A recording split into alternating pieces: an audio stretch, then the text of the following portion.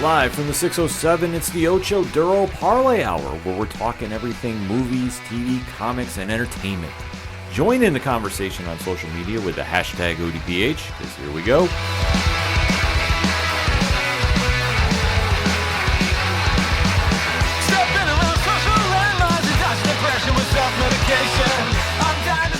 Welcome to an all-new edition of the ODPH podcast. What is happening, everybody? Thank you so much for joining us this week. My name is Ken M.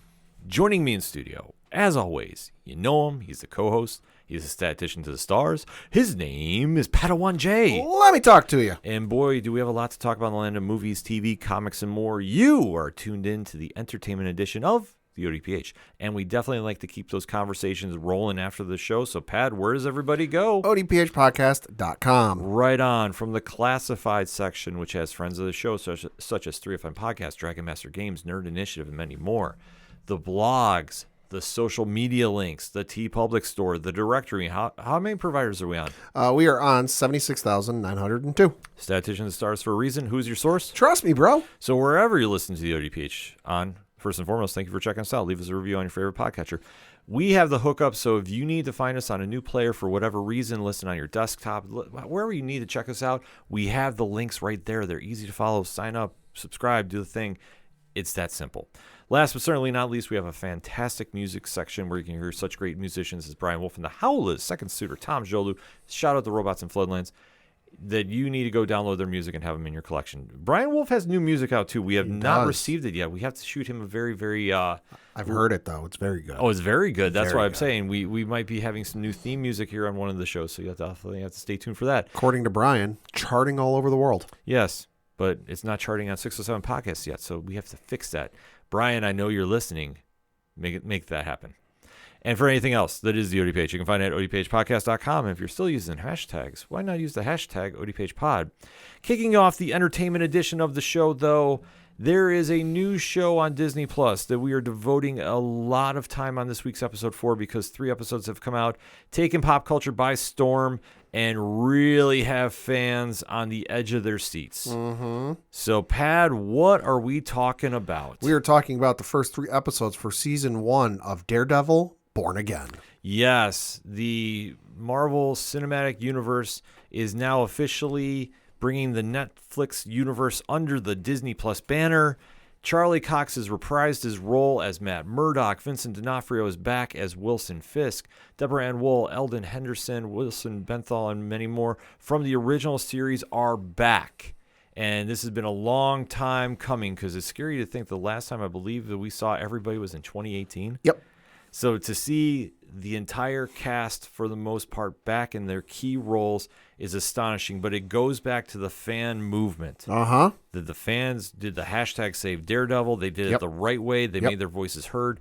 Disney, when they reacquired all the rights back to the TV shows, this was a top priority, and for rightful reason. Mm-hmm. This has been a huge crossover success. That if you think about characters such as Daredevil, when you make that transition from the small screen to comic fans, when you can make that jump to pop culture, that's when you really know you have something special. Absolutely. And the chemistry that Cox and D'Onofrio have is undeniable. Oh, my God, yeah.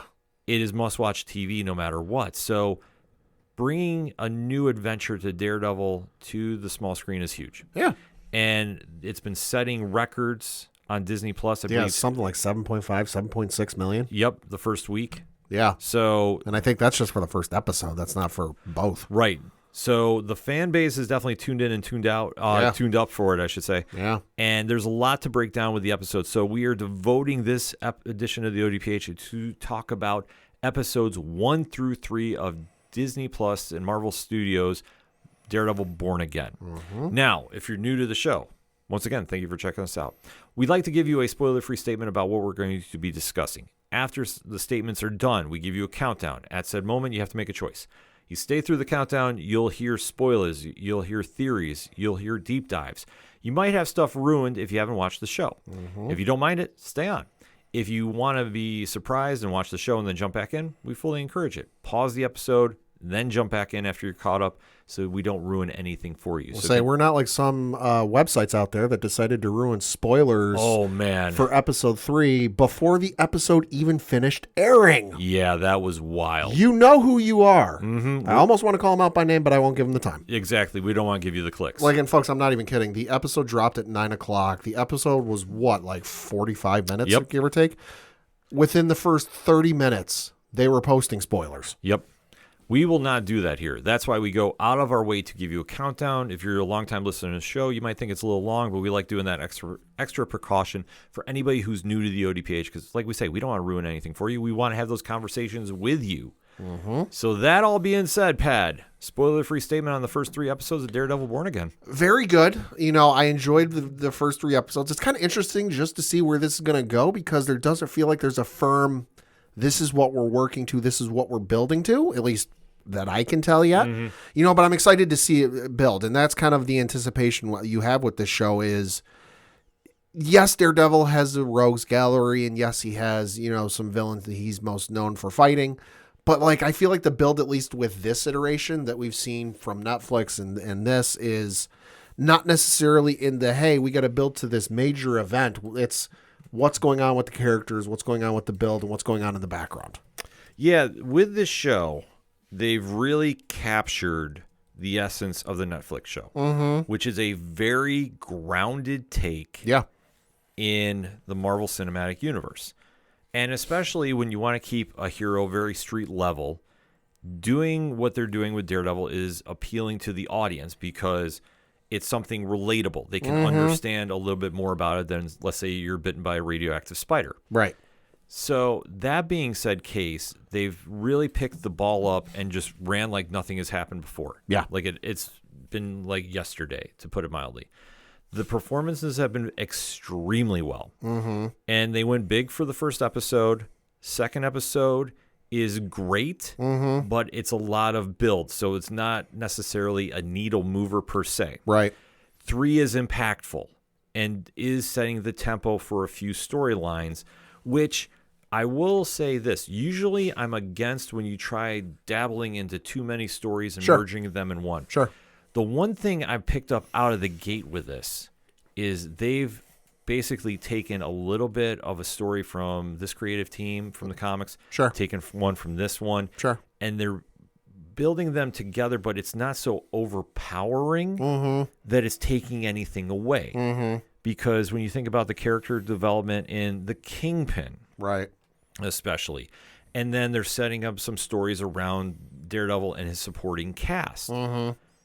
They're not conflicting with each other. Right. They're actually blended very well. Right. That it's giving longtime readers an idea where things are going, but for the pop culture audience, it's not confusing them that they're getting tuned out. That's a true testament to the writing and the acting. So the fact that they're building on this, I have an idea where they're going. Okay. Albeit, though, we're taking a long way to get there. Sure. But I don't mind as long as we're getting quality episodes like we are. Yeah, I agree. And I will say the thing about episode 3 is it's probably the closest thing you'll get to a Dick Wolf episode of Law and Order without being Law and Order. Yes, you will. It's great. Yes. And there's a lot of theories going on with this. So that being said, we are going to go into spoiler talk. So that being said, Pad, in 3, 2, 1, let's really talk about it. So I think the first thing I got to say is I'm sorry. Because when we were talking Locks and Leaps last week, I'm going to be 100% honest with you. I pulled that one out of my backside. Yep. That I didn't know anything. I hadn't read any spoilers. I hadn't, nobody had direct messaged me on any social media saying, hey, here's what's going to happen in the first, 10 minutes of Daredevil season 1. This isn't when you went to your alter ego, the plug. No, I wasn't going the plug. I completely pulled this one out of my butt because I just figured, you know what, for shock value, it was going to happen at some point. And I didn't know who, and I was like, it might. And I figured, you know what, there's a good chance this might happen. I didn't expect it in the first 10 minutes of the episode or 15 minutes of the episode. So for that, I apologize. I know I was catching some flack from Tom, off the cuff Tom on that one. Yes, he still has not let that go. You can listen to the latest turn and page. He was still screaming your name in effigy. Yeah. I mean, so like I said, full peek behind the curtain, in this case, pay attention to the man behind the curtain. I pulled that one out of my butt. I didn't expect it at all. So leading off with that, hell of a start to the series. And then you factor in just the rest of that episode was just so heavy, you know, and I don't mean that in a bad way. That just, it's a side of Matt Murdock that outside of, you know, some flashbacks to his origin and just kind of what made him tick, we really haven't seen yet. You know, and we haven't really seen that side that, you know, you might have seen across some of the comics over the years. So it was great to see, and it was a good starting point of like, all right, we're not pulling any punches. We're not holding anything back. This is going to be, you know, pedal to the metal, go for broke, and hold on to your butts, folks. And I loved it. I really thought they wanted to establish a big tempo early. Uh-huh. They did, considering who was taken out early. Albeit, though, I wasn't as shocked because I know of a story Right. that I thought maybe they're going to dabble in. Sure. And after episode 3, I'm more convinced they are doing that story. But I will say they wanted to really capture the more mature-themed vibe that came from the Netflix show. They did. They Disney-fied it a little bit. A little bit. Which it wasn't anything that took me out. It still feels grittier, at least a little bit, than some of the other stuff they've done. Oh, completely. Oh, no, there's no question. There's a lot of grit in this. There are some superhero-esque moments, and I know that there was a lot of online chatter about, but at the same time, you're going to have that. Right. And especially with this now firmly cemented in the cinematic universe. That it's not going to be so realistic per se. It's going to dabble a little bit here and there. And I thought what they did for the first episodes, they really pulled it off. Yeah. Episodes 2 and 3, like you touched upon, was more or less a very extreme version of Law and Order. Yeah. It works. Yeah, it's not a bad thing. It's not a bad thing at all. There's a reason Law and Order has been on TV and has been successful for what, 30 years now? And this is something that's a very typical Daredevil story. So, Yeah. so it works. I mean, yes, Daredevil is a vigilante that swings from rooftops using his whatever you call that thing, The Billy Club. the Billy Club, and beats the shit out of villains. But at the end, during the day, his side job, I guess you could say, he's a lawyer. Yeah. But it plays into that very well. Yeah. And that's the thing that they really captured for this initial run, which I was super happy about because I sat there and I was like, you know what? You want to kind of really expose every dimension of this character. Not that we haven't seen it before, but what Charlie Cox can bring out of Matt Murdock, he does extremely well because the guilt that overwhelms him at time, the sense of trying to do the right thing no matter the odds. Yeah. Whenever you get a win, is it really a win? Like, it's the complexity of the character Yeah. that wins you over. Yeah. And he really brought that for these first 3 episodes. The writing has been on point. They're planting a lot of small seeds. Yeah. We are going to be getting somewhere with this. Right. And I feel that for this first season, because we do know that there is a second season that's already been in the works. I think it's started filming recently. Right. I think there you're going to have the big payoff of the Mayor Fisk storyline that they did in the comics. And we are seeing now in play. So when you start compiling all that, they are teasing a few other elements involved as well.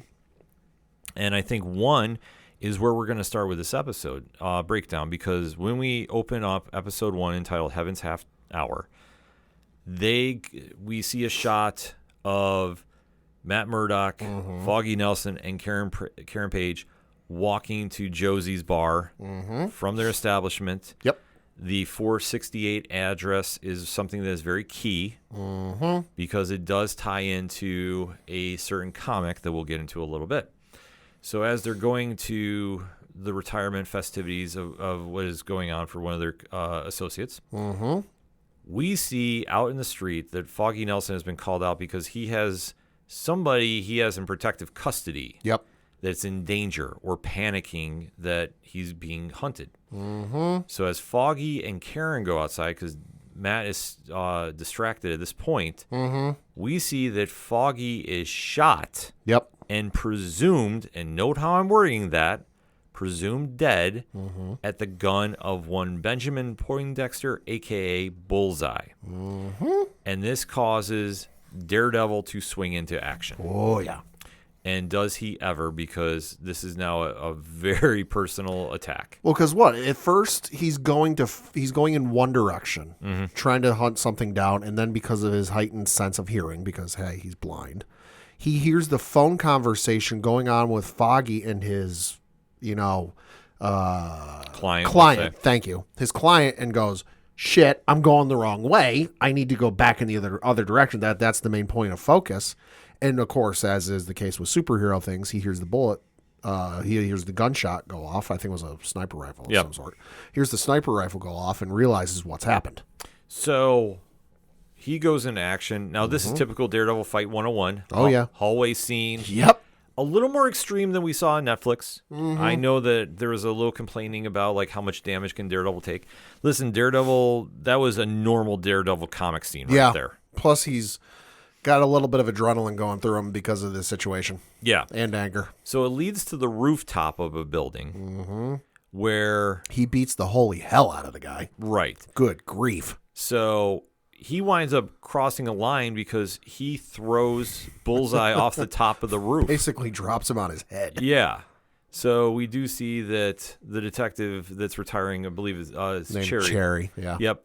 Now finds out that Matt Murdock is Daredevil. Yep, because Matt, a.k.a. Daredevil, has been beating the guy so senselessly, his mask has come loose and fallen off. Yeah, so and of course, he's blind and a little bit preoccupied, and he doesn't realize someone's there. So you just see Cherry walk up the stairway because, hey, he's a cop. He's doing what cops do. He's going to the source of the gunshot.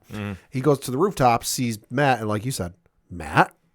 Yeah, which, I mean, it sets things up very well because when you have an associate like this that he's worked with on the business aspect of the lawyer and police, it's always a key point. And Clark Johnson, who plays Cherry on this, has been very good. Fantastic. He's been very good in his role thus far because now we transition a year later. And we go now to the trial of Bullseye. Yep. Matt has given up the life of Daredevil. So now he's working at a law firm with Kirsten McDuffie, a former district attorney. Yep. So that's kind of a cool thing. Nikki M. James plays her, and they're now at a law firm together where Cherry is working for him as a private investigator. All the while, Karen Page has moved to San Francisco. Yeah, they've had a bit of a falling out. Yep. They're still friends, but they're not talking. It's very frosty. Oh, yeah, to say the least. And like I say, just the back and forth between them because they were even teasing that there was the romantic connection at the bar, too. Yeah. So that has all gone completely away. Yep. And Karen is coming back, and it's just basically the damage that has been done by this action has just torn them apart. Well, and also at this point, Karen's come back because the trial is going on for Poindexter. Yep. So they're both there, and we do see the scene where Matt gives testimony or says something at the trial. Oh yeah, so I mean, fantastic scene. It's an incredible scene. It's powerful. Yeah. I mean, but that's him letting his guard down and venting, and he does this from time to time. So this was nothing new, but just Charlie Cox. This is what he brings out of the character. Yeah. So Bullseye is sentenced for a life sentence. So this will come into play because now obviously he's taken off the board for now. Yeah. Kirsten sets up Murdoch on a date with a therapist friend of hers, Heather Glenn, who is one that has a little bit of history in the comics. Margarita Lavia, I apologize if I messed the name up, or Lavia, is playing that role. And so they're now kind of having a little, back and forth, a little happier moment, if you will. Right. Which, if you know Daredevil, that can never happen for long. Yeah. Also, during this time, we do see that there is some illegal crime going on. Because, hey, it's New York. It's New York. And there's one point after Foggy's death, when we get the title sequence, which fantastic title sequence. Yes. Title sequence ends, and there's almost this like news report, web report, YouTube report, whatever it is, about how ever since because it's pretty much common public knowledge at this point that Daredevil's quote unquote disappeared. Nobody's seen him. That crime is really getting bad in Hell's Kitchen and in New York. Yeah, so everything has gone crazy since Daredevil's not there. So we do see Vanessa is now running the crime portion of Wilson Fisk's organization, shall we say. While he's running for mayor. Yep. Eilert Zurer is back in the role, so we do see her returning from the Netflix show. Yeah. And while this is going on, like we mentioned, Wilson Fisk is running for mayor. Yep. And his campaign is against vigilantes. That's the selling point because of how bad crime has gotten. So during this point, when Matt Murdock catches wind about Wilson Fisk running for mayor, they have a run-in. And it is a fantastic scene. Yep. And at a diner.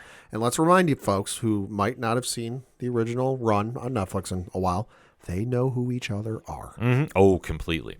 Yep. And Fisk makes a point, and I want to stick to this as well. Yep. He was like, I had nothing to do with Foggy's death. And I kept my word that I would not hurt your friends. Right.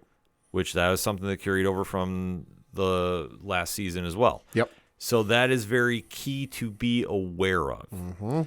And Matt says, if you jump out of line, I'll be there. I'm going to be there waiting for you. So all the while, like, this is a very cool chess match back and forth. Fantastic scene. Because Fisk is not backing down. He says, well, if you want to come back as Daredevil, there will be some consequences for you as well. But it's a meeting of just, I know what you're doing, and this is the ground rules laid out by both. But the key point here is about Foggy.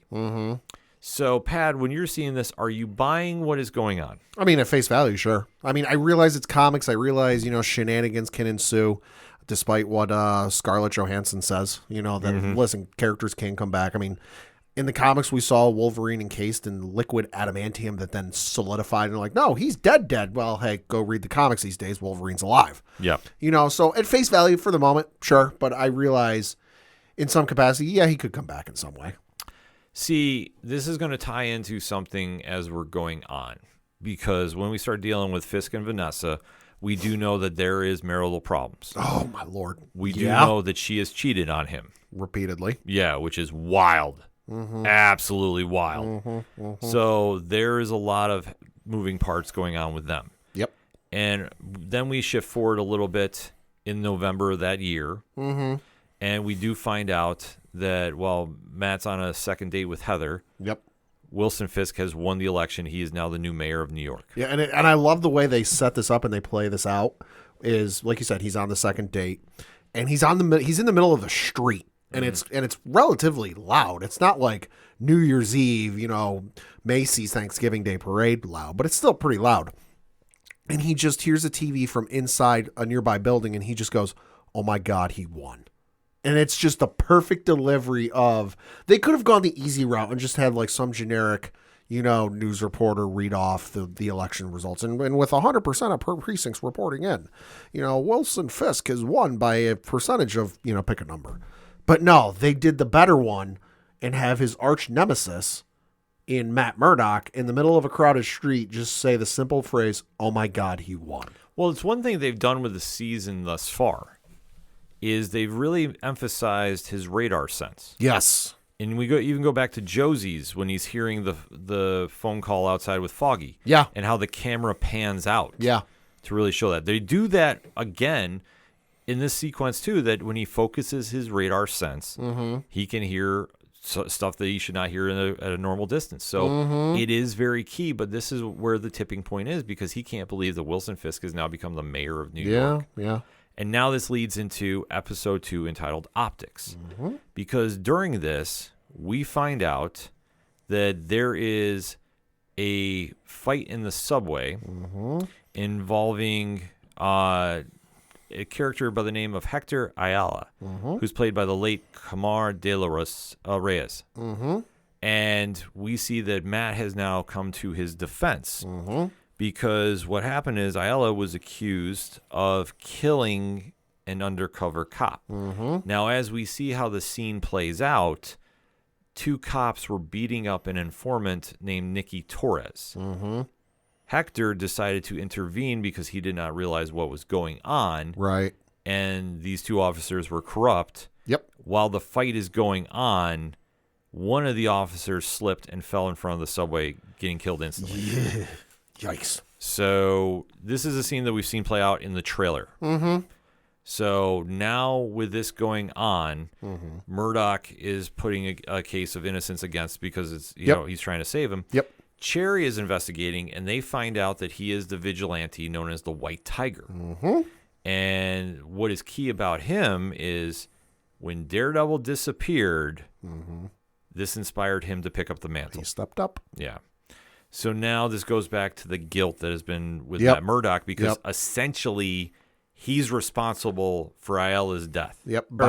Case, I should say. His case by proxy, yeah. Yeah. He wasn't there. He wasn't directly physically involved, but because of his actions, if he'd have been there, and if he hadn't have given up the mantle, Hector would not have had to take up, his own mantle and carry the torch and all this other stuff, and presumably, you wouldn't have a death. So while he's working on the case to free Hector, Wilson Fisk is now doing something and really taking advantage of the social media aspect of things because we do have to remember that he does have someone on his campaign that is very aware of the world around him. And that is Daniel Blake, who's played by the one and only Michael Gandolfini.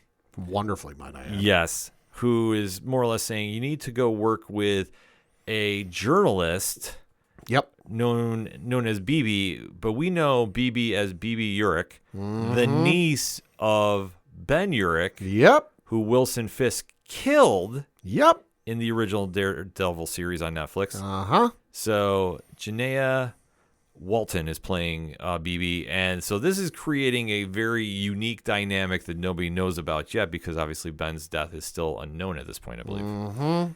So they're now saying that BB is investigating the police and is aware of what Fisk is doing. She's as investigative as her uncle was.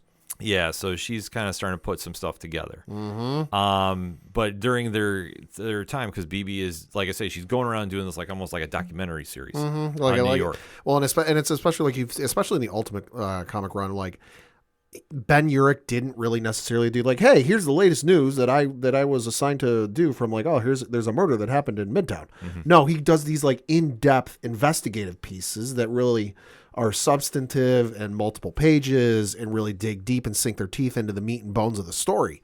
The niece is the same way, and it's not a simple case of there was an armed robbery on East 56th on Saturday, and here's the guy who got arrested. Period. End of story. She's really digging into what's going on with the New York Police Department, and she kind of alerts Fisk to some of what's going on. Because I think they haven't revealed this yet, but I think she knows that he killed her uncle. She probably does. Yeah, she doesn't seem like a dull knife in the cabinet. Yeah, no, she's very sharp. Yeah. And she is picking up on this, but now it tips off about Commissioner Gallo is trying to resign. In protest. Yeah, of Fisk taking office, which... And Gallo is fully aware of what Fisk has done. Oh, yeah. Because the general rating that he's been given is the police force is very split about who likes Fisk and who doesn't like Fisk. Right. So he's not exactly a unanimous win for the city of New York. Because let's face it, probably half of that police force is on Fisk's payroll. Oh, completely. And I'm being generous with that, or conservative with that number. Oh, without question, that definitely is happening. Oh, yeah. So Fisk decides to have a meeting with Gallo as he's trying to resign. And Fisk kind of convinces him, air quotes involved. It's like something out of Sopranos. Yeah, that you might want to reconsider. Well, why should I?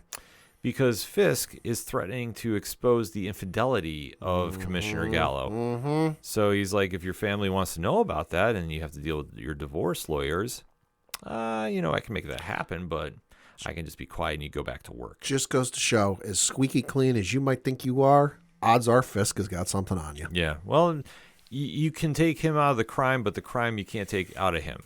Facts. And he knows this. I mean, that's why he's in that position of power. It's just it's maneuvering through the city, and this is something that Wilson Fisk has done flawlessly. Oh yeah, he's like I say, he's impeccable about doing this and staying one step ahead of anybody that's in his way for the most part.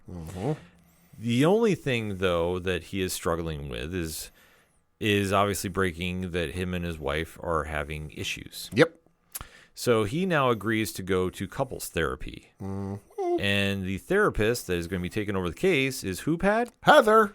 Yes, so Matt Murdock's new love interest is going to be the one responsible for the couple's counseling. Because this won't come back to bite him in the butt later in the season. Oh, no, this is where I think you're going to see the catalyst for a few things. Oh, probably. So I think that she is going to be responsible for getting some information slipped. Probably. For a lot of people. I think for Vanessa, too, because I think Vanessa, now who's taken more of the crime aspect of involvement and is now having a lot of friction with Fisk. Oh, yeah. I think is setting some stuff up to take him down. Yeah. And I think she already has, because at this point, as we did say we were going to talk spoilers, this goes back to Foggy. She definitely doesn't seem thrilled about doing what she's been doing. No. It's like a reluctant, I'm going to do it, but I'm not happy about it. Well, I think in her case, this wasn't the role she intended to play. Yeah. And I think that's fair. And I think now there's a lot of resentment towards Wilson that I think she's planning on taking him out. And I think what she did is she arranged for Foggy Nelson to disappear to take Fisk's #1 assassin off the board. Because there is a comic, we just covered this on Turn a Page. It's Daredevil 88, which is legacy number 468. And this is a standalone issue that was Ed Brubaker and David Ha. And in this is Foggy Nelson had his death faked when he went to see Matt. Long story short, Matt was in prison. Right. Foggy went to see him, was allegedly, quote unquote, killed. Right. Matt is escaping to free his name, but while Matt is on the run, Foggy is in police custody. Released in 2006 if you're looking to reread it. Yeah, it's a fantastic issue. Available on Marvel Unlimited. Yeah. I mean, well, pretty much any Daredevil is money to read, but Brubaker's stuff is phenomenal. Like I say, him and Michael Lark on the runs too. A lot of great stuff there. But during this, it's revealed that Vanessa was the one responsible for Foggy going fed. Oh, okay. So my theory about this is she talked him into faking somehow, and this was a way to take Bullseye off the board. Now, the only thing you'd say is, well, how would Bullseye know about this? Right. Well, maybe we don't know about if he had armor underneath. We don't know. Like, there's a lot of different ways they can kind of cut and paste this. And Marvel might have tipped their hand in saying Karen Page and Foggy Nelson would be back in season 2. Exactly. So the fact that we know, and everyone's like, "Wait, how is that possible? He's dead." Well, and of course, everyone's immediate reaction is, "Well, flashbacks." Yeah. Well, like I say, when they tipped off that Deborah Ann Woll and Eldon Henson were going to come back, that's why I instantly go, "Oh, they're going to do the Secret Life of Foggy Nelson." In fact, I'll even say this. I said this on Turn a Page last night. I'll say it again. They're going to do one episode next season. Okay. And it will be this issue. Yeah, I could see it. It'll be issue 88. I could see it. They're going to do one. At least it'll be the majority of the issue. Sure. But they're going to do this. So I'm fully convinced that it was Vanessa who arranged this because she's trying to get Fisk in trouble. Oh, so she does seem like the type that would sell him upriver at the first instance. Yeah, because I'm sure what the order is going to be, because why didn't Bullseye go for the headshot? Right. He shot him in the chest. There's a reason for that. Yeah, that's true. I didn't in the moment, and I might notice this on rewatch. In the moment, I didn't see where he got hit specifically because I was just going, "Oh shit, he got shot." Oh, he got shot in the chest. Right. So the fact that it wasn't a headshot, that's why I went like, especially when his motif is being real good at shooting. So the same thing, like I say, almost obviously different in the comics, right? Because he got stabbed visiting Matt in prison, right? Same thing though. It works. Matt couldn't hear the heart. Matt heard his heart stop. Right. Same thing here. It's comics. It's reasons. Yeah. So that's why I think Vanessa set this up. Could be. So that all said, when she's working behind the scenes like this is what's causing the problems. So that's only going to lead to more nonsense as it goes on, especially that now they're going to have to deal with, obviously, the couples therapy going on. That's going to cause some problems. They're going to need a lot of one therapist ain't enough for that couple. But what the key point of this episode was, and this is a big take home, is Matt Murdock knows that Nikki Torres is the key witness to clear Hector Ayala. And he knows that the police are coming after him. Yup. The officers that want to take him down. Yep. So it is imperative to keep him alive. And Nick Jordan, who plays Nikki Torres, is great in this because when Matt goes to visit him, he's tweaking out because he knows that somebody's on the way to do some business.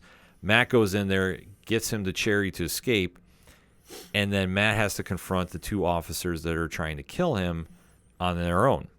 When Matt is pushed against the wall, we do see on one of the corrupt officers' wrists is a very familiar logo. Yep.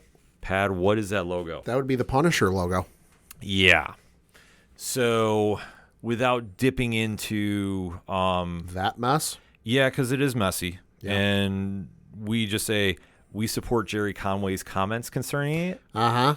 If you want to go find out, you can definitely go there and see, because we're definitely right there with him. Yeah. I think that is going to be a situation that is going to come into play here, because you're seeing a lot of those officers are perverting the Punisher symbol. As a different message altogether. Yep. But as we're seeing on this causes a fight to break out. And you see Matt Murdock unleash a lot of pent-up rage. Oh, I mean, he hasn't fought in a while. Right. And he winds up snapping one guy's arm. Ring rust says what? Another one through a table, a headshot, and the end of the episode is Matt screaming. Yep. And what did you think about this scene that played out? Gnarly. Loved it. It was as visceral as I could have imagined, and definitely harkened back to some of those classic fights from the first series. Oh, completely. Like it got back to normal. Yeah. And just they weren't kidding when they said some of those fights live up to the reputation. Well, you know what? You have to, though. Yeah, when you set the bar that high that they did, Yeah. you have to.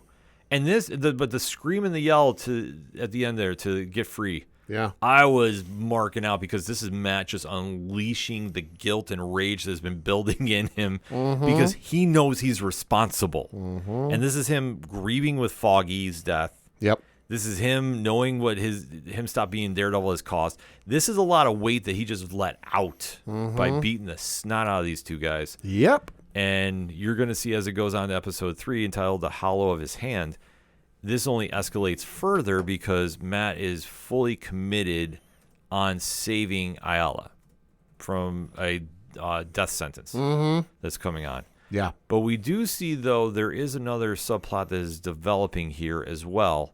And we do see that Fisk has some associates that are kind of doing their own thing. A gang war is building. Yeah. So I'm not saying this is going to be like what happened recently in Spider-Man, the Amazing Spider-Man run with Tombstone and company. Oh, yeah.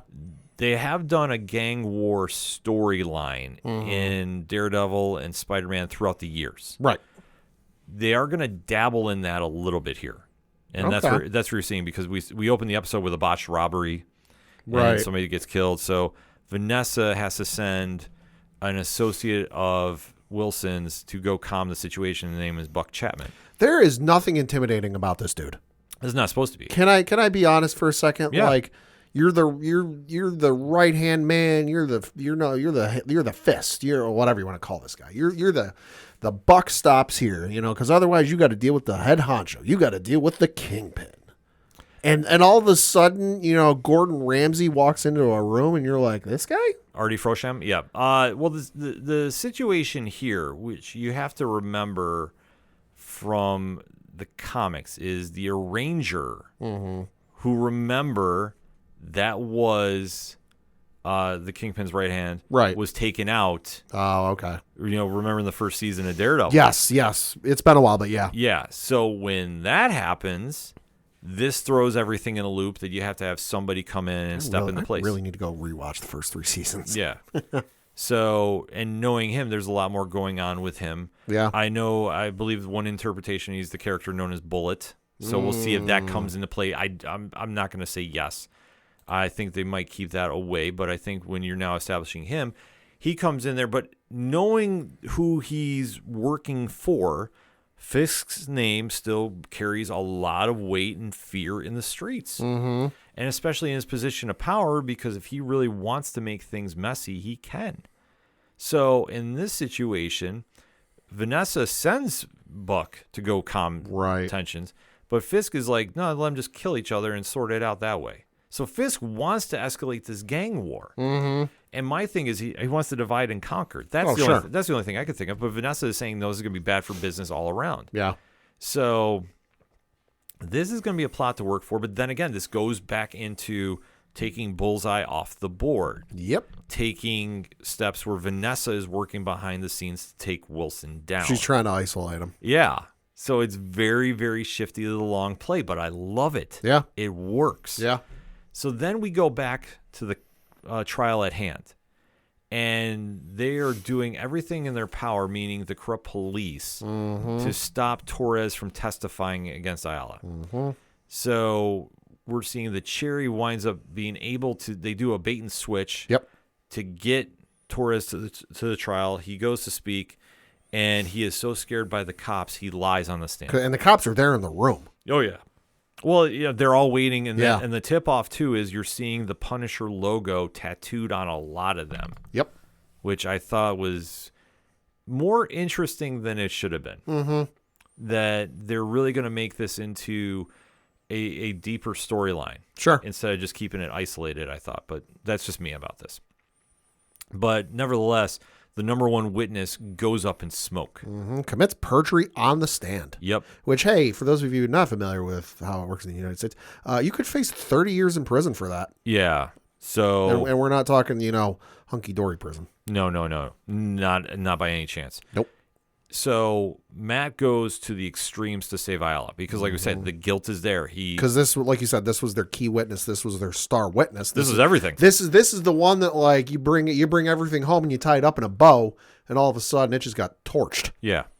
So Matt goes for the Hail Mary, and he exposes that Hector was the White Tiger. This is Aaron Rodgers on the other side of the 50 Hail Mary. Yeah, which is absolutely crazy because knowing the stance that Fisk has, Yeah.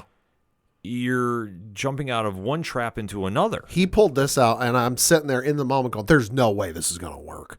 Like, it's a Hail Mary, and it's probably I realized it was the only option he had because, well, the other option is rolling over and letting his client get steamrolled. And, well, let's face it, he ain't making it out of prison alive. Oh, no, by no means. But I'm like, in the moment, I'm like, there's no way this is going to work. The only way it was going to work is I understood where they were going with this, and I thought this was great writing if you break it down like this. Oh, absolutely. If you expose the heroes' acts of what they were trying to do, remember, the public is still enamored with the events of the blip and the Avengers and what they did for the city. Obviously, the hero worship is there. So exposing that, yeah, we have a vigilante that stepped up when no other heroes were around. We have somebody that went there. And they have all these records about what the heroic stuff that Hector has done. Right. They're selling it to the jury and saying, listen, you can't convict a good man. And if he's saying that he went in there to help save somebody that he didn't know was an informant and dirty cops, he did something, but he stepped in and it was a slip and in a tragic accident. There was no downplaying about the death. But he relied on the faith of the people. And I think this is something that we're going to see more and more of throughout this show. Should note, we don't know the name, but we're at least familiar with the work. This episode was written by a woman by the name of Jill Blankenship, probably best known for being a producer on several things, including The Last Ship, this one, Naomi, the CW one, but also a certain show we're fans of, Arrow. Okay. All right. Now the name sounds familiar. She also wrote 6 episodes for Arrow, specifically 4 episodes from season 7, and then 2 episodes in season 8. Okay. Well, I mean, the writing shows the work. It shows it in that. Yeah. So I can't be mad about that. Like I say, because you're really conveying the point of this is why heroes need to exist, and especially in this anti-vigilante era of New York. Yeah. Well, the gamble works. Yep. So, all 3 charges come back not guilty. Yeah, which is crazy. Yep. Fisk is losing his mind about this and publicly denounces it and vows to go all in about anti-vigilantes. Yeah, and he's saying this over dinner, at least I thought it was dinner, to his wife. Yeah. They're like, listen, and Vanessa's kind of surprised, and I think everybody is, just given, how things were going and just how the court case was playing out. And Fisk is like, listen, it doesn't matter what the court said. He's guilty. Yeah. He's guilty of what he did, and a guilty man walked free. Well, in Fisk's mind, I'm sure that there has been some history involving his organization and White Tiger. Oh, absolutely. And I'm sure that he sees his enemy, that he was trying to do it his way, quote unquote, legally. Yeah. but it didn't happen. So he wants to send that message. And the thing about Wilson is we know when he's been defeated, he goes all in to prove that he's right. He doesn't take it kindly. Right. So while this is going on, you see that Hector picks up the mantle of White Tiger yet again. Despite the fact, and I feel like Matt should have warned him of this, because during the court case when he outed that Hector was White Tiger, place is going nuts. Everybody's talking, order in the court, or the whole nine. They pull him into his chambers, the prosecutor and Matt, and he goes, "What?" And the judge goes, "What the hell are you doing? Like, can't declare a mistrial, can't do this. So we're gonna have to go through this." But he warns Matt. He goes, "Listen, you did this. You basically opened Pandora's box, and even if he gets off on this, you've created a living hell for him." Well, I think, and he says that in so many words. Well, he does, but I think what he's saying, and this goes back to, this was a panic move. This was a Hail Mary, because he knew he was losing the case anyway. Sure. And especially if White Tiger had put people away in jail, I'm sure there was going to be some people waiting for him there. Mm-hmm. So it was, no pun intended, it's the devil you know to the devil you don't know. It's a lose-lose situation either way. But the problem I think that wasn't conveyed to Hector is you need to put the mask down. Mm-hmm. And Hector is too good of a soul to listen to that. And that's what led to the closing of this episode. Right. Because when he's on patrol, he's walking down like a dark alley and he senses something's going on. Now, granted, we have not even talked about any kind of superpowers or any nonsense like that. Yeah, haven't seen any. No, because it's usually tied to an amulet he wears. Which we did see a glimpse of. Which we did see, but we didn't see a lot of. Right. But while this is happening, a man pulls a gun out on his head, shoots him point blank. While he's walking by. Yep. So it was a setup the entire time. But like we say, the dirty cops knew where he was. Mm-hmm. They all knew exactly where he lived. Like I say, in that situation, Matt should have advised him, stop the vigilanteism, just let it go. Yeah. But Hector was never going to listen. Yeah. Because the whole reason he picked up a mask is because they needed a hero in Hell's Kitchen. Yep. But unfortunately, it cost him his life. Yep, and we did get a glimpse of at least who the shooter might be. Well, but it goes back to what we've been kind of alluding to, because, Pat, what do we see? The Punisher's skull emblem. Yep. But we don't see a face. We don't see a face. It's a man dressed in all black, but we do see the emblem. Yep. So, and that's how the episode ends. Yep. But I'm already going to say this. No, that wasn't Frank Castle. No, I think it'll be a mystery and kind of like a, could it have been? Was it him? And we'll see Frank get reintroduced, and then he'll be like, "Yeah, it wasn't me." Well, I think this draws him out. I think now, that could be. This is what draws him out. The problem is going to be, though, that he's going to have to explain this to Matt, and how Frank is going to handle dirty cops using his symbol. Oh, he ain't going to take it kindly. Let me just put it this way, folks. There has been plenty of times in the comics where we have seen the dirty cops pervert the symbol. Mm-hmm. Frank does not handle that well. Nope. So trust me, when that episode comes up, and mark my words, it will, it's going to be a shock to a lot of people's system what he does. Uh-huh. It will not be a shock to mine, as, like we say, it was not a shock to his co-creators who have been voicing the same thing we have said quite some time. This ain't going to end well for the people that are misinterpreting the symbol. Mm-hmm. So I think we can all pump the brakes about that, or Punisher now becoming public enemy number one. I think, if anything, this will be the catalyst for Daredevil resuiting. Oh, absolutely. Just how they go in against Fisk is going to be the big question mark for this season. Mm-hmm. Because we do know that Muse is coming. Yeah. So that has already been established. We don't know when. Yep. But we've seen it with the trailers. So depending on how they want to go with that, because we do have, as crazy as it sounds, only 6 episodes left. Mm-hmm. They're going to have to condense a lot unless you carry this over to next year. Mm-hmm. So depending on how they want to juggle things, it's going to get a little complicated, because we do know Frank Castle is showing up at some point this season. It's been in the trailers. Yep. So there are certain things we have yet to see. Well, I think this is not going to necessarily get resolved by the end of the season, because we've heard, and basically they've peeled behind the curtains, that basically these 2 seasons are one big season. Yes. So It's gonna be one of those traditional TV cliffhangers of, oh my God, what's gonna happen? And it's like right around the holiday times if it's traditional TV, and you gotta wait till February before the show comes back. Well, I think they're going to space it out with, obviously, Marvel has a whole lineup of movies and other shows this year. Yeah, plus there's everything else Disney Plus is releasing. Yeah, so I don't think we're going to see this, obviously, to next, I would say, same time next year. Probably. Which makes sense. Like, it's a perfect time to drop this. Yeah. So we'll have to wait, but I think they're definitely going to have a lot of moving parts happening in between.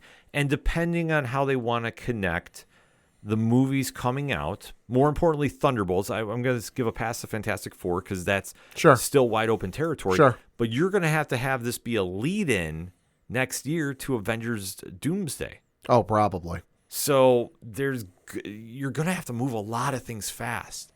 And I just fear they're going to take away from some of the story with it. But there's no reason not to trust the writing process here. Oh, absolutely. But the big storylines that you have coming out of here is Fisk is mayor. Mm-hmm. That does last in the comics for a while. Albeit, though, if they want to end it like they do in the comics, the replacement for Fisk is going to be wild. But I'm here for it.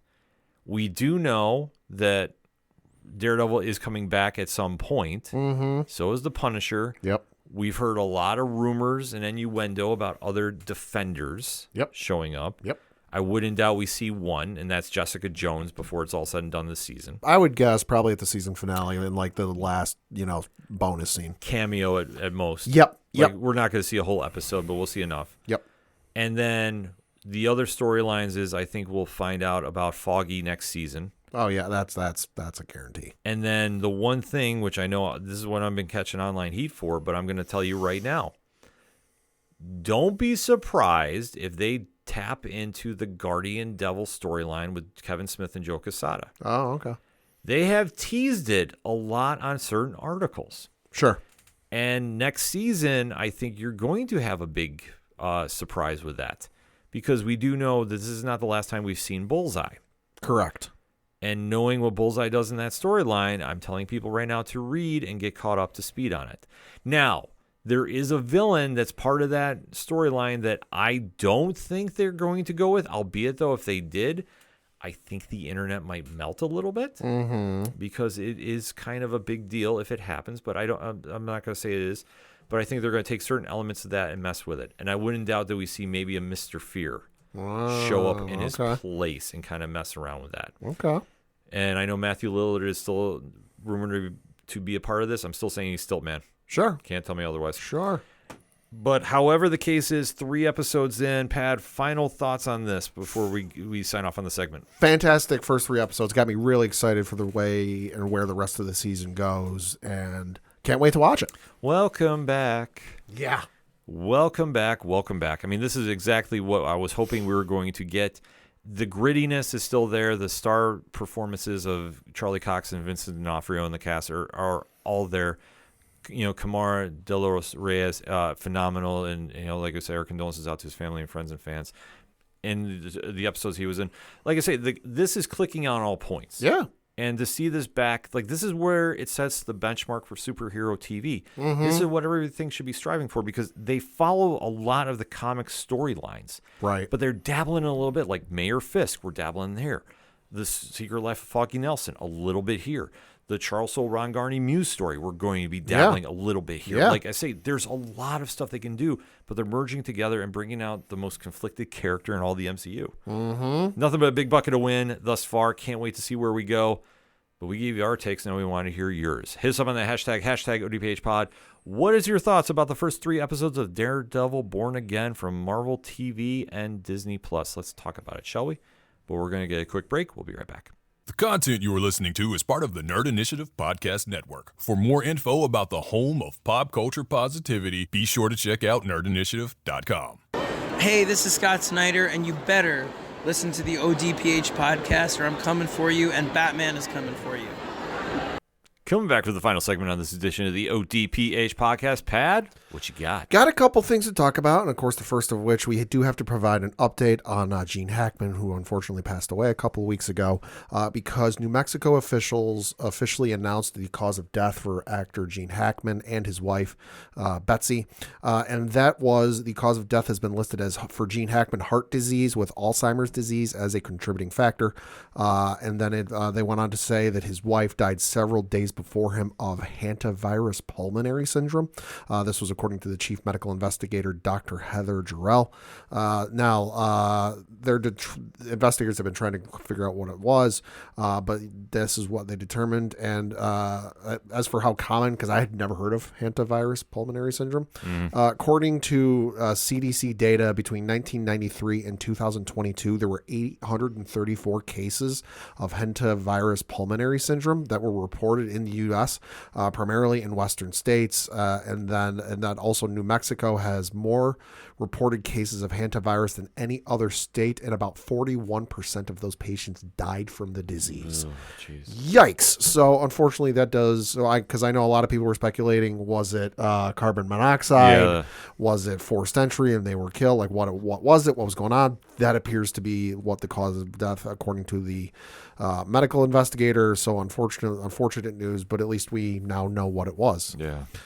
So again, like we said when it happened, our thoughts, prayers, and well wishes to both of their family, friends, and fans. Yeah, absolutely. Oh, crazy news. Moving on to some Marvel news. We did get some casting news for the upcoming Spider-Man 4, the first Spider-Man 4 in history. Yes. Folks, that's right. Crazy to think about. Never made it to Spider-Man 4. Longest we've ever made it to Spider-Man 3.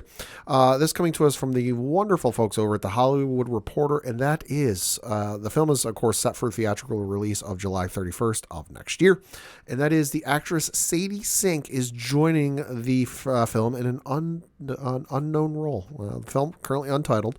It is being done by Destin Daniel Cretton, who, of course, did Shang-Chi and The Legend of the Ten Rings. Don't know the plot. Don't know what's going on. Of course, it's Marvel, so it's being heavily kept under wraps. But, we do know at least one casting for this film.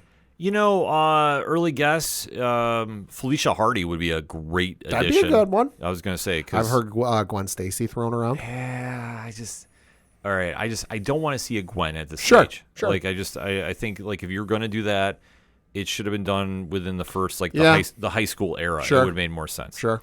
Long shot, which, I'll give you credit for. We were talking off air about. Sink has been linked to being Jean Grey for the Mutants movie. If they want to do an intro here, I think that'd be cool. I think see it. It's a little crazy to think about, but let's get crazy. But like I say, if Marvel really wants to throw everybody off, Sure. This is the perfect way to do it. Sure. But I'll say right now, I'm going to say Felicia Hardy, just for reasons. Okay. Then we also, moving on to some HBO, Max, and PlayStation news. We did get an official trailer for the upcoming season, The Last of Us Season 2, releasing on April 13th. Good Lord, I cannot wait for this show. And just based off the trailer alone, about 2 minutes, the production in this show got a bump.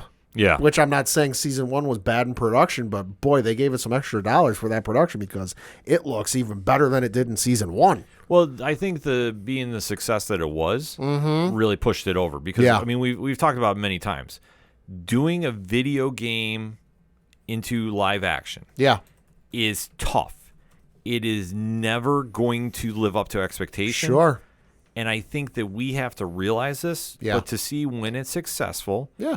And the Bella Ramsey, Pedro Pascal show was, I would say, a surprise hit. I would agree, yeah. Because I think there was a lot of question marks into it. But once you get into the drama aspect of it, it won over pop culture. So it's the sense that you go in that Walking Dead stance. Right. Because the material is very dark. Yeah. How it transitions is really a crapshoot. Yeah, that's true. But when it works, it works. And I think this show has enough of a video game following that this brought a lot of new eyes to the franchise. Oh, absolutely. And due to the acting performances, it really sold it. So I can understand getting the bump up for it. I do know they have a cutoff season, though. I want to say I think it's only going 3 now. That's the word I'm hearing. Which makes sense. Yeah. There's only so much you can do in this universe. Yeah. But still, the trailer looked amazing for season 2. Cannot wait. April 13th can't come soon enough. Yes. Then in some surprising news, of course, we do know that Netflix has got the Devil May Cry anime series coming, releasing on April 3rd, 2025. Super excited for this. Didn't have this coming. They announced one of the voice actors for the series, and it's a posthumous one. Okay. Kevin Conroy. Really?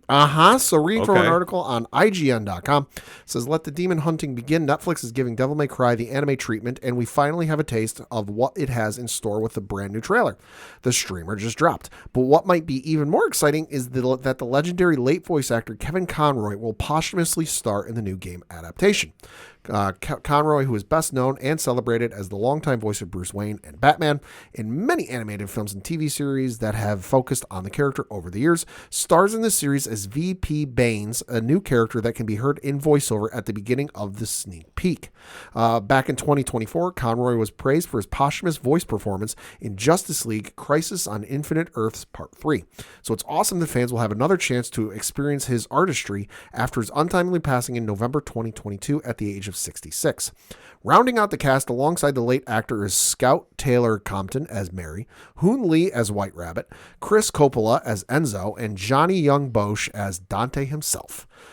Close quote.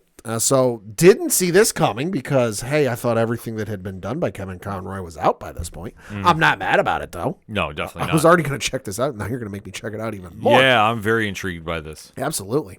Then we got a little bit of Star Wars news because producer Rick McCallum, who is probably best known for being the producer on the prequel films of Star Wars, that being Phantom Menace, Revenge of the Sith, and Attack of the Clones. He was also a producer on the special editions of the original trilogies when those released in the 90s. Did a podcast recently, and specifically was on an episode of the Young Indie Chronicles podcast. And he talked about something that I think diehard Star Wars fans have known about for quite some time, casuals might not have heard of, and that would be the long-rumored and probably the most ambitious thing George Lucas ever worked on, Star Wars Underworld. I heard tell of this through, the trades had talked about it. I think Seth Green, who did the television series Star Wars Detours, which you want to talk about lost media, did a whole series like Robot Chicken style Star Wars. Released a trailer for it at one of the Star Wars celebrations. Never released. The show never came out. It's in a vault someplace in Lucasfilm or Disney someplace that there. And Seth Green has said there's multiple seasons of this show done that have never been released. We've only got the trailer. The trailer's on YouTube. Go look up the trailer. It's wild. But I've heard Seth Green talk about this and just how ambitious this was. And it's some finer details about what it would have been. So this is from an article on Variety.com where basically, Rick McCallum says, quote, I think we had over 60 scripts, like third draft scripts, McCallum said, noting that they brought the, quote, most wonderful writers in the world, close quote, to Lucas's Skywalker Ranch to map out and pen the series. Quote, these were dark, they were sexy, they were violent, they were absolutely wonderful, complicated, challenging scripts, close quote. McCallum's stopped short of providing plot details for Star Wars Underworld, but said the series would have blown up the whole Star Wars universe and Disney would have definitely never offered George to buy the franchise. The producer said not making Underworld remains, quote, one of the great disappointments of our lives, adding, the problem was that each episode was bigger than the films. So the lowest I could get it down to with each that existed then was $40 million an episode. Close quote. Wow. I've heard tell of this that there were rumors at the time that he had like 5 seasons done in various stages and some even pre-production was done. But that was the biggest thing I heard at the time was just the cost of production on this would have been insanely high. Crazy, yeah. Insanely high for someone that now this was pre-Disney. So this was George having to finance everything on his own, and he just didn't have the money to do it and get it off the ground. But interesting to see some details. And okay, yeah, it's disappointing. Some of this may never see the light of day, but with Star Wars, never say never. They still got those scripts someplace. They could borrow and pick some pieces for some future TV series or animated series. You never know. Especially Kevin Feige takes over. This is true. You never know. Allegedly. And the last thing I have is a recommendation, and that is also for Star Wars fans, because something has dropped that I did not know was coming. Once I found out about it, though, I'm on board. And that is a podcast called Pod of Rebellion. And it comes to us from some folks you might know if you're familiar with Star Wars. Vanessa Marshall, who played Hera on Star Wars Rebels. Tia Sikar, who played Sabine on Star Wars Rebels. And Taylor Gray, who played Ezra on Star Wars Rebels. You noticing a theme here?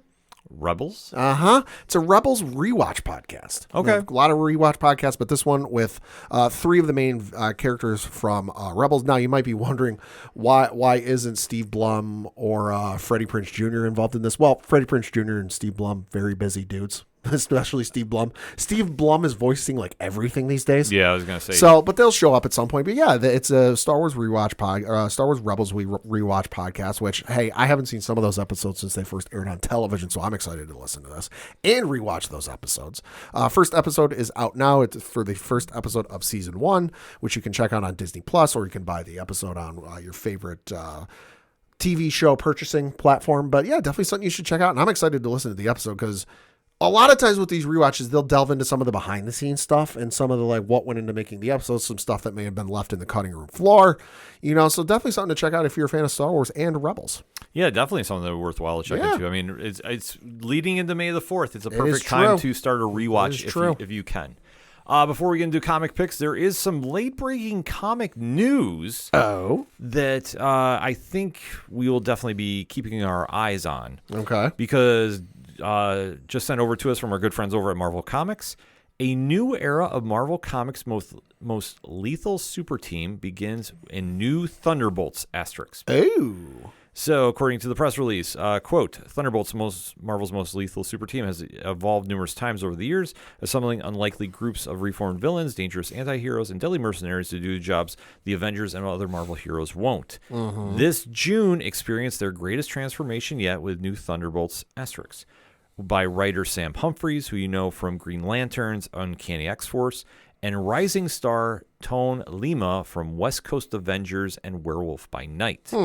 The new ongoing series kicks off with Bucky Barnes and Black Widow discover a monumental threat to the Marvel Universe and recruit a group of individuals who will, in all caps, hold nothing back. Mm-hmm. It's a radical lineup, even by Thunderbolt standards. Ooh. That ushers in a revolutionary era of the iconic team, taking the high-octane, chaotic energy the Thunderbolts have been known for in their wildest limits. The thrilling new title launches just in time for the Marvel theatrical release of Thunderbolts on May 2nd. So, Pad, okay, this is the book that's coming out. Now, granted, this book is coming out June 11th, so this will be like a month after the movie. Mm-hmm. The lineup you have not seen, correct? Correct. Okay, I'm going to read it off to you, and I'm getting your honest reaction. All right. Okay, Winter Soldier. Yeah, sure. Black Widow. That makes sense. Eddie Brock Carnage. Oh, shit. The Hulk. Oh, God. Namor. Ooh. Clea. Okay. And Laura Kinney Wolverine. Oh, Lord have mercy. Good luck stopping this team. Here is the cover right now as I'm unveiling. That cover's awesome. Yeah, this cover is very, very cool. Yo, forget calling the Avengers. Just call these guys. Yeah, the cover is by Stefan Segovia from Secret Six, I believe. Right. So, yeah. So, I am excited for this lineup. Because this looks like this is going to be absolutely bat stuff crazy. Yeah, I would say so, just based off that lineup alone. Yeah, because I just want to know like how this lineup is put together, because I mean this is a wild ass lineup. Yeah, I'm not gonna lie. Yeah, it's like they put names into a hat and pulled from it. Well, I mean, with considering what's going on with Eddie Brock Carnage right now, yeah, and then let alone you have Laura Kinney Wolverine. Yep. Clea, who's now getting a big prominence in the MCU. Which, hey, the comics. Good for her. Long time overdue. In my opinion. I would say so. Yeah, she's a great character. And then the Hulk and Namor, which, I mean, this is old school Defenders to me, but knowing what the Thunderbolts are, yeah, this is slightly wild to see come across. And I love the Mark Bagley cover, too. That is the bonus here. I love that. That's a nice cover. That's a dope cover. So keep an eye out for this at the comic shops. Like I said, it's going to be dropping slated right now, June 11th. So you definitely don't want to miss out on that when it drops on New Comic Book Day. And speaking of New Comic Book Day, Pad, what are you picking up this week? Two things picking up, and I'm recommending them to you fine folks at home. First of which is, both of them are Marvel, I should say. First of which is Amazing Spider-Man issue number 69 from Joe Kelly. Ed McGuinness is the artist. Description of this one is, the 8 deaths of Spider-Man continues. Spider-Man used the last of the extra lives and is done. True death. The X-Men are fighting among themselves, and Doctor Doom and Strange find the situation unwinnable. Things have never looked more bleak. Now, I will say, it's a great follow-up to the last issue. Wish they would have held off on this for a couple more issues, because let's face it, I knew, they killed off Spider-Man in the last issue. I knew he's going to be coming back at some point. Nobody ever stays dead in the Marvel Universe except for maybe a handful of folks. Uncle Ben. You can count on one hand. Uncle Ben. Yeah. He's the only one who really ever stays dead in the Marvel Universe. So I knew he's coming back at some point. But, I wish they would have held up. But, it's still a good issue. The ending alone, I'm interested to see where they go with this because it ain't going to last long. But boy, howdy, it's going to make for a real interesting next issue. Once you get to the end of the issue, you'll see what I mean. I'll show you off air because I'm interested to see your reaction to this. Okay. So definitely check that out this week. It's a great read. The other one, you should listen. If this series isn't in your pull list yet, what the heck are you doing? Star Wars: The Legacy of Vader, issue number 2 from Charles Soule. Do I need to say any more? I will, though. Yeah. Luke Ross is the artist, and this one is A Return to Tatooine. Kylo Ren seeks out the home planet of his grandfather, Anakin Skywalker. The young tyrant must go up against Gardula the Hutt and her guards, and a Rancor. What secrets of the path below in the harsh sands of Mos Espa? Now, this issue is fantastic if, like me, you grew up and you watched Phantom Menace. Stay with me, because I know you're cringing internally. Yep. Now, this issue has the one that everyone was talking about before the series even came out. Watto's dead. Watto's dead. Watto's dead. Vader went back to Tatooine and killed Watto. Watto's not dead. It was speculated by Kylo because they go to Tatooine because, hey, was some of the formative years of what made Anakin into Vader. They do go to the arena where the pod racing takes place, which I was intrigued to see because, hey, we only ever see that location for 15 minutes, 20 minutes, whatever it is, and you never see it again. I think it was only ever mentioned briefly in passing in any of the books that came out after Phantom Menace, but we never really found out what happened to it afterwards. So to see that and find out what happened, what it looks like now, love seeing that. They do pass by Watto's shop. It looks like crap, so he didn't kill Watto. So that's all. But the interesting one is confronting Gardula because Gardula has only been seen, once on screen in any way, shape, or form. That was in Phantom Menace. Showed up with Jabba the Hutt at the pod racing scene where they come out and they start off the whole race. The one on the side was Gardula. Gardula's important was because before Watto owned Anakin and his mother Shmi, Gardula owned Anakin. So Kylo finds this out and goes to confront Gardula and put it to this way, it makes for a real interesting ending. I'm real intrigued to see where this goes. But Charles Soule can do no wrong in Star Wars. You absolutely need to pick this series up. It is a fantastic read. Yeah, everybody that I know that's into Star Wars is talking about this book. So, as they should. Yeah, this is definitely one that's making a lot of rounds. On my end, it's a loaded week. I feel like I say that a lot, but it's such a wonderful time to be reading comics right now, folks. Uh-huh. So kicking off my list this week, Green Lantern Corps number 2, Jeremy Adams, Morgan Hampton, Fernando Pasarin. And this is picking right up where things have left off. We're in the Fractured Spectrum storyline going on right now. So this had a little dynamic added into because if you know John Stewart's history, Pat, if I say Hawkwoman's involved. Oh, Lord. Yeah. Oh, Lord. Because the Lanterns have to go back to Thanagar. And obviously, if you know what has happened in recent weeks, it's not exactly a great return.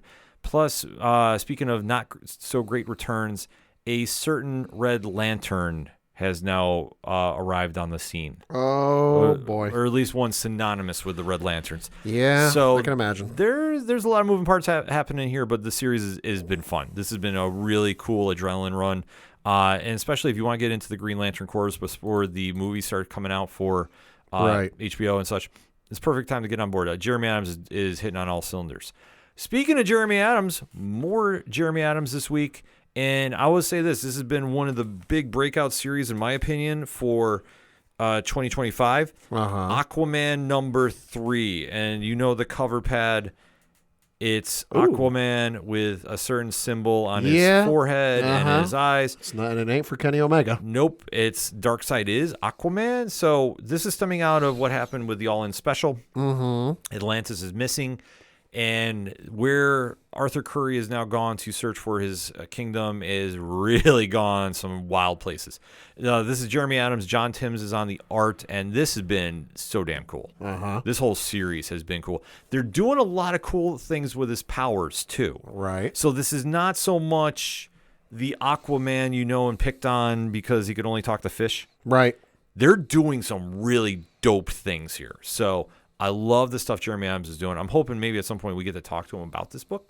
So putting the karma out there. If not, I know he's doing Flash Gordon. We have a review up on Nerd Initiative for that series. I've heard nothing but raves about. I have to get caught up on. But I read a lot, so you do. I'll get caught up eventually. Arguably, though, the biggest book of the week, and I can't recommend this enough, this is Assorted Crisis Events. Okay. This is written, and I know I'm going to get a pop from my co-host on this, Dennis Camp. Hey, all right. Eric Zawitsky is on the art, and this is absolutely insane. Okay. So, more or less, the time lines are all broken. Okay. Time is all types of messed up. Okay. And this follows a woman by the name of Ashley. Okay. In her daily life, and like when she walks out of her house, she's seeing everything from dinosaurs to ice ages. As one does. And it goes places. Mm-hmm. There is so many layers to this book. Mm-hmm. It's ridiculous. I believe it. But it's amazing. This is one of the best books I picked up this year. Yeah, I know Dennis has been hyping this up on social media for weeks now. Dennis on creative owned stuff is always like on, like not saying his stuff at Marvel and DC isn't. Right. But there's something when he does creative owned, because like I say, I've said this many times on the show. 20th Century Men is one of the most intense reads you're going to do as a comic reader. Like, it holds no punches. It asks for no apologies. Right. It is in your face as it gets. And there's a certain kind of energy that comes off that you can tell as a reader to a writer. You get a different kind of buzz here with what he's doing in Assorted Crisis Events. Mm-hmm. And this one goes some places too. I believe like, it. this is not a normal read, but it shouldn't be. Because like what him and Zawadzki is doing, which I apologize for messing up the name. Like, I get really amped when I'm talking about this book. The stuff they're doing on this is like next level. Right. And when you get to the end, you're like, oh, wait, what just happened? Like, you're going to be just going some different spots with it. It's fucking fantastic. Like, I'm going to drop an F-bomb. It's amazing. That's good. Good for him. Yeah, no, this book is, and it's like kind of like an anthology style, if I read this correctly. So Right. I'm curious where they go next issue, but I'm locked in. Like, this is one I think everybody should be checking out. Especially, like I say, the structure of panels in this too is a lot different than you see in most books. Right. So definitely keep an eye out for that one. If you haven't pre-ordered it, you need it to. I'm just going to say that's going to be one that I think a lot of fans are going to be talking about online this week. Shifting gears back to DC Comics, though, Batman Dark Patterns #4. So, Pad, we've talked about this series a little bit. I haven't talked about it lately, I don't think. Right. This is the cases of Batman during his like year 1-2 range. Sure. All detective stories. This is Dan Waters, Hayden Sherman on this, and this is his story about he goes into investigate a murder inside an apartment building. Okay. And what he finds inside is nothing that you're going to be expecting. Oh. There is kind of like this very cool vibe to it. Sure. The villain, I will say this. The only thing I'll spoil is it's a rogue Okay. It's not one of the big names, but it's still Sure. a rogue. It's still at least a well-known name. Yeah, and Yeah. it's dope. This was one of the most surprising reads of the weekend for me. Nice. And I was so amped up to like this is coming out. And I was talking with some fans online about it too. Like, it's 12 issues that I know of. Right. And each, like, I believe they're doing 3 issues or 1 case. Okay. So this is all start of a new one, so you can jump in. You don't have to wait for the trade paperback. Definitely go check that out. Also from Image Comics, The Hive #2. So this is AJ Lieberman, Mike Henderson. And this is the wild story of bee biology and mind control kind of. And the book is cool. Like I say, it's a different kind of vibe, though. I will say there's a lot of different elements involved with this book. It's still a great read. Artwork is on point. But I will say it's almost like an acquired taste. Sure. They pack a lot into this, so there's a lot to dissect. Okay. But it's still like when you get down to it, it's a very gritty crime story, and how things are shifting and moving around. It's becoming very, very intriguing. I will say that. So this one I definitely recommend go check it out. If you haven't checked out issue number 1, you can definitely do that. Or you can hear when we talk to AJ and Mike here on the ODPH / Nerd Initiative Network for Turn a Page. We talked about the episode too because it's great. Speaking of great issues, Absolute Superman number 5. Oh boy. Jason Aaron, Rafa Sandoval. This dives into the absolute version of the destruction of Krypton. Oh, okay. And this is gut punching. This is heartbreaking. This is like it's intense. Nice. Like I say, this was one of my favorite books of the weekend too. This just, I mean, you know, like this was coming. Just how it happened is gonna absolutely rock you. So this is one, like I said, the Absolute Universe has been on point. I know they're expanding. I believe Absolute Flash, I think, is within the next couple of weeks, if it's not next week. All right. Absolute Green Lantern is coming, and then my personal pick for it, because Dennis Camp is writing Absolute Martian Manhunter. Oh, all right. I mean, enough said. Yeah. Enough said. You can stop there. That's going to be probably one of the biggest books of the year. I'm already telling you right now, folks. So make sure you have all that stuff pre-ordered, because if you don't, you don't. And you could be missing out, and then I don't want to hear about it. Also, coming out this week, Image Comics, Massiverse, Rogue Sun 25. Hey. Ryan Parrott, Nick Cotton, Abel, and this is now picking up where things have left off. We have a new Rogue Sun, so to speak, and we know who she is. We know who she's paired up with. It cannot be anything good. But Massiverse, what can you say, comics' most exciting line for a reason, and especially the twists and turns Ryan and Nick do with this. I mean, phenomenal. The last page is going to throw you for a loop. But this is like just a normal day at the office. Like, this is one of the most entertaining books that comes out. So you definitely don't want to miss what they have cooking up there. Between them and Radiant Black, they're going to be leading the charge for 2025. And we know Inferno Girl Red is slated out very, very shortly via Kickstarter. So nice. A lot of good big wins. Last but certainly not least, Transformers number 18. Image Comics, Skybound Entertainment. Daniel Warren Johnson, Jorge Corona. So this is the end of the current story arc. We do know there's only a few more issues left before Daniel Warren Johnson is leaving the book. He already announced. Right. This is Starscream versus Soundwave, and everybody is caught in between. This is the Decepticon Civil War. Right. There is a lot of big moments in here, one that has been building for quite some time, and I don't want to spoil anything, but let me just say this. All right. There's one great 2-page splash involving a wrestling move. I will not spoil. But there's also a debut/return of a character that has been long overdue to make an appearance in this book. And that is the definition of a game changer. Nice. If you want to find out about it, you need to go pick this up, because this is a damn good issue. A lot of great stuff this week. So if you even want more comic book recommendations, nobody does New Comic Book Day quite like the Nerd Initiative Bullpen. 30 reviews on site, I believe, this today. Hey. I believe so. Which, either way, we're giving you the best of the best from the majors, the minors, the indies, the whatever you want to define it as.